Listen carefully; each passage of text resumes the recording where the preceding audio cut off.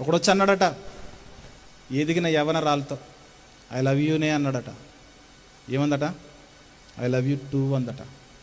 ఈ 2లు 3లు 4లు కాదు కావాల్సిందే. ఎవడైనా దారిని పోయే పోరంబో కూడా ఐ లవ్ యూ చెప్తే మీరు వేయాల్సిన 3 ప్రశ్నలు. అమ్మ యవన బిడ్డలారు మీకే చెప్తున్నా, మీ జీవితాన్ని ఎవడో ఒక దరిద్ర చేతిలో పెట్టకండి. మీరు వేయాల్సిన ఎవరైనా ఏ అమ్మాయి అయినా ఏ అబ్బాయి అయినా వచ్చి మీ దగ్గరకు వచ్చి ఐ లవ్ యూ చెప్తే 3 ప్రశ్నలు వేయండి.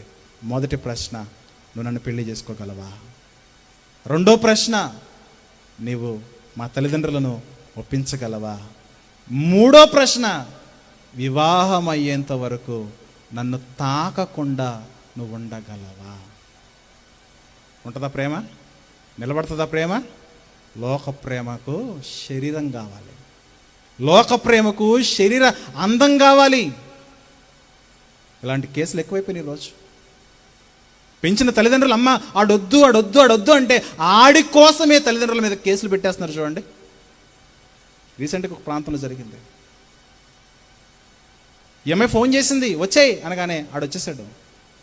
ఇంట్లోంచి డైరెక్ట్గా వెళ్ళిపోతుంది. తండ్రి అడ్డుకున్నాడు. ఏంటమ్మను చేస్తున్నానంటే నాకు ఆడే కావాలంటే తండ్రి బతిమాలుతున్నారు, వద్దు వద్దు వద్దా అమ్మ అంటే చివరికి తండ్రి ఆ కూతురు కాళ్ళు పట్టుకున్నాడండి.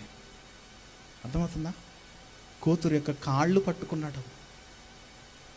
కాళ్ళు పట్టుకున్నా సరే కనికరించకుండా, నాన్న నువ్వు నాకు వద్దు, అమ్మ నువ్వు నాకు వద్దు, అన్న నువ్వు నాకు వద్దు, తమ్ముడు నాకు వద్దు, ఎవరొద్దు, మీరు నాకు ఆడుతూనే సుఖం ఉన్నదని ఆడుతూ వెళ్ళిపోతే ఏమవుతుంది చెప్పండి జీవితాలు ఈరోజు.